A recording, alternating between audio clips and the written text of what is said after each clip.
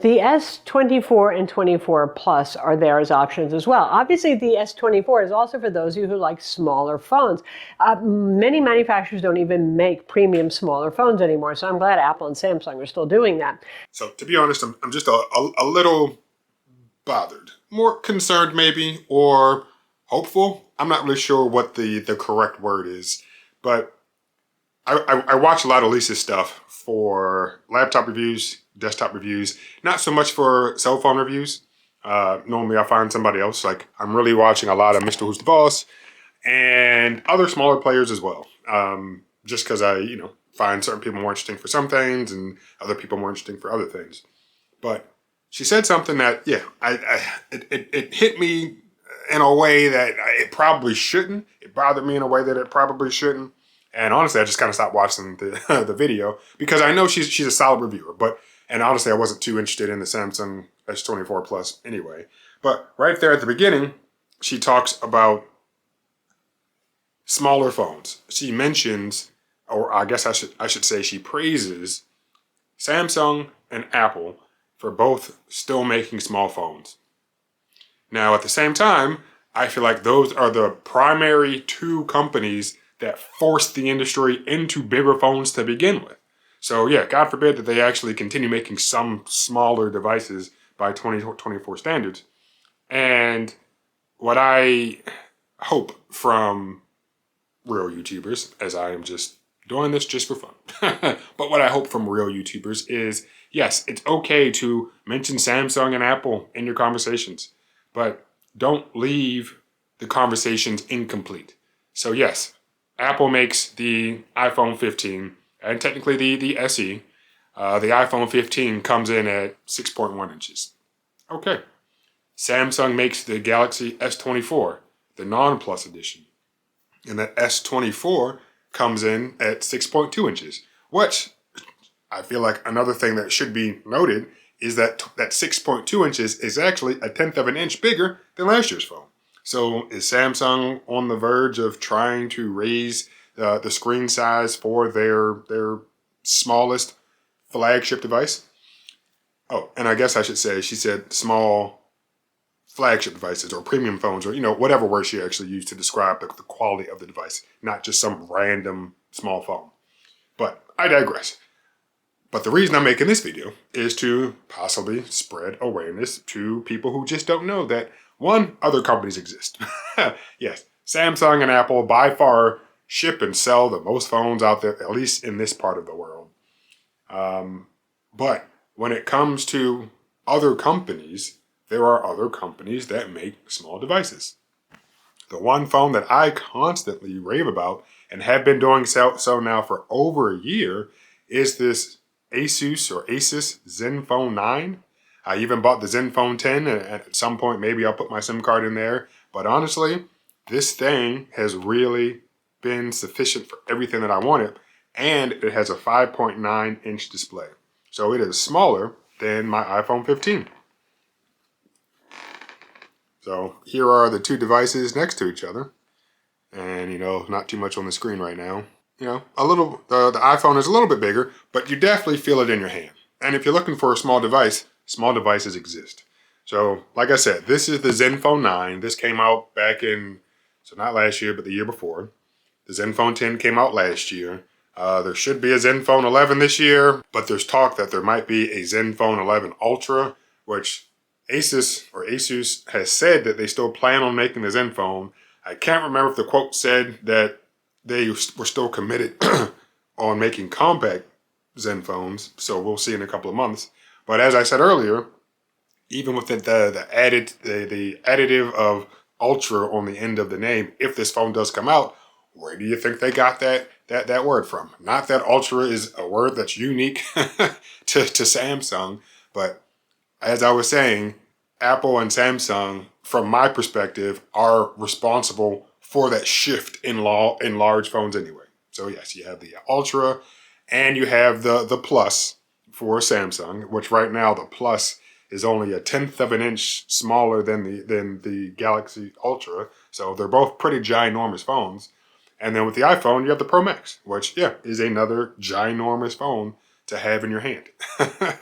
So what I wanted to show, in addition to me just talking about stuff, is just a couple of options. So what I wanted to show is a couple of options that you have in the event that you might actually want to buy a small phone. So in my opinion, the first company that still requires some notable mention is Google. I mean, I can't definitively say that the Pixel will be here forever, but they do at least make Android. So they are relevant to a lot of conversations, in my opinion. And going from left to right, we have the Pixel 6, Pixel 7, and Pixel 8.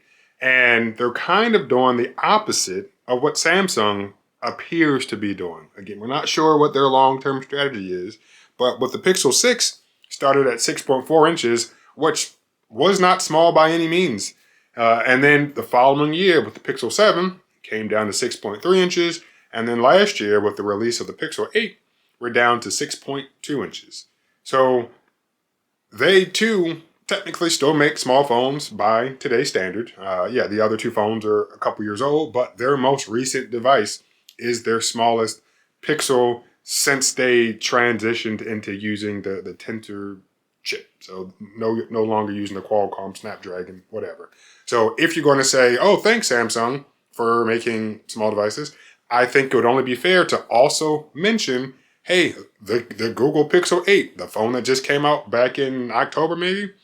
Yes, October, is the exact same size. And then with the Pixel 8 and the S24, they both are 1/10 of an inch bigger than the iPhone 15. So still small by today's standards. But two other phones that I believe deserve mention are the Zenfone 10, which I already talked about, and the Sony Xperia 5 Mark insert number afterwards. So I have the Xperia 5 Mark IV on the screen, and that's mainly because the Sony Xperia 5 Mark V does exist, but Sony decided to not bring it specifically to the United States. So in terms of you being able to find it, yeah, you can find it online, just like you can find the older Xperias. But in terms of usage, I'm not too sure how good your experience will be if it doesn't support all of the necessary bands for phones that are specifically tailored to this country. So both of those two devices are flagship devices. And as I mentioned, and as Lisa mentioned, she was talking about flagship devices. But in the event that you don't want a flagship device, the Pixel 7a does exist. And I'm not going to say that that's a bad or a cheap phone by any means. There are some compromises when it comes to that versus whether it's the regular Pixel 7 or the Pixel 8. But it still comes in at 6.1 inches. So if you're looking for a smaller phone, again, by today's standards, you have that option. And it should be noted that even though it's part of Google's A series line, it still has the same SoC in the phone. So the Google Tensor G2, I believe. Yes, so the Google Tensor G2. So that's the exact same chip that is in the Pixel 7. And I can imagine when the Pixel 8a is released later this year, it should have the Google Tensor G3, which is the same chip that comes in the regular Pixel 8. Now, lastly, this screen is a hodgepodge of different things, but still compact phones. So yes, I already mentioned the Sony Xperia 5 Mark V, not officially released in this country, so I don't know if I could technically recommend that device for somebody. With the Sony Xperia 10 Mark V, another device that is not a flagship device, so more of a budget-minded phone. I do believe they did bring that one to this country. In fact, let me scroll down to see the different models. So I want to say that this one is the US model. Could be wrong, but I want to say that this one is the US model. So in the event that that phone is here, which again, I believe that it is, the Sony Xperia 10 series as a whole, which this is the Mark V and there are other ones, does exist. So another small phone to think about for this year or for next year, because they'll probably make a Sony Xperia 10 Mark VI.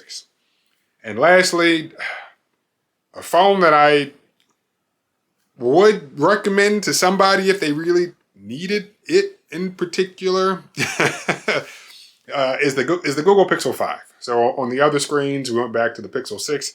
This phone came out before then. It was when Google was still using Qualcomm chips. Scrolling down to when it was actually released, it came out back in 2020. So it is not new by any means, which is why I'd have a hard time recommending it. but it does have a 6-inch screen. So definitely a small device by today's standards. Now, the only reason this is here is because if you come down here to the operating system, we do see that it was released with Android 11, but it is, or was, however you want to phrase it, upgradable to Android 14, which is the latest version of Android. So for that to be technically still supported by Google is the only reason it's on this list. If we were having this conversation next year, yeah, the Pixel 5 would have most likely fallen off. If staying up to date isn't the most important thing, then hey, having a phone that's slightly out of date might be okay. If you're just using the device for simple things like browsing away, making phone calls, and sending messages, having a older, slightly out of date device might be okay. There's always a big caveat whenever I talk about stuff like this. Mainly, it's device support or length of device support. When you think about the iPhone, you're going to get 5 to 7 years of support. You know, I forget how long the iPhone 6S was supported, but I do think that was the longest supported iPhone ever. When you think about the Galaxy series, yes, you're looking at no less than 4 years of support for the more modern ones, I believe. But as of the release of the S24 series, Samsung is now providing, I want to say, 7 years of support. And when you look at the Google Pixel, so looking at the older devices, talking specifically about the Pixel 5, it came with Android 11, got 12, got 13, got 14, so that was 4 years of support, so that's good. With the release of the Pixel 8 series, Google is now committed to 7 years of support for those devices and newer ones. For those devices, the argument is pretty safe, that if you buy one of their latest devices, then you're going to get software support for the next 5 to 7 years, depending on which vendor you choose. But for the other devices I mentioned, whether it was Asus or Sony, the argument kind of falls apart. And then that's when I sometimes have to put a little asterisk next to a recommendation, because it really depends on what the user actually wants. So if you do want a small phone, you have the options. But if you want a small phone that is then also supported for a long time, because you only buy a new phone every 4 or 5 years, then yeah, your options start to dwindle a little bit. Now, what I will say when it comes to cost, and it's the mindset, unfortunately, that you sometimes get into when you aren't buying just that carrier branded device, is, well, I did buy this phone last year for, let's say, $600. A little cheaper than, some of the other flagships. But there is going to be a used market, because, whether you buy it new or used, there is going to be a used market. So you can sell the phone next year and put some of that money towards the purchase of the next one. And, you go on, and sometimes you get tired of that. Sometimes you choose to just stick with what you have for a long time. But the whole point of me even talking about this last little section is longevity of support. And even though I have no problem recommending this phone, which is the Zenfone 9 or the Zenfone 10 or the Sony Xperia 5 Mark whatever, my biggest concern really is just longevity of software support. Now, the moment that these companies decide to bring their minimum time lengths of support up a bit, then I'll say, hey, yeah, forget Samsung, forget the iPhone, forget Google. I mean, they all have their pros and cons, but if you're looking for a 6-inch or smaller phone, we got your options right here. And then the 6.1 inch for the Sony Xperia, it's another option. So going back to Lisa, yes, thoroughly enjoy her reviews, but as a person who doesn't have a large platform, and I look at those who do have a large platform, I can see how it's easy to just talk about what's most popular. Now, granted, it was a review for a Samsung device, so completely understand. But she was reviewing a larger phone, decided to praise companies that made smaller phones, one of which happened to be Samsung, which was the company of the device she was actually reviewing. And of course, Apple comes into the conversation. But there are other companies that make small devices. So in the event that you didn't know, now you know.